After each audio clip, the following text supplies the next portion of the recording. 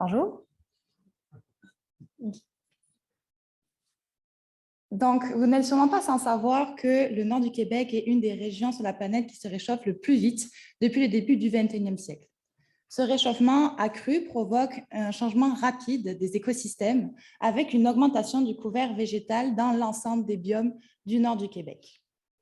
Les lacs sont des milieux incroyables pour analyser ces mutations puisqu'ils récupèrent par le biais du ruissellement dans les bassins versants l'ensemble des preuves de ces changements.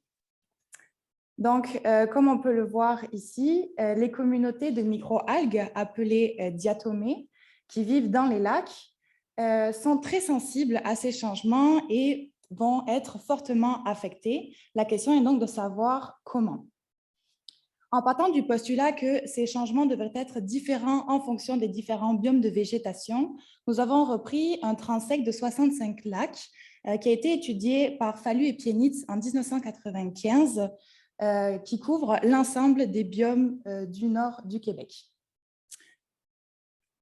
Ces lacs ont été rééchantillonnés aux étés 2021 et 2022 et des carottes de sédiments ont été pris.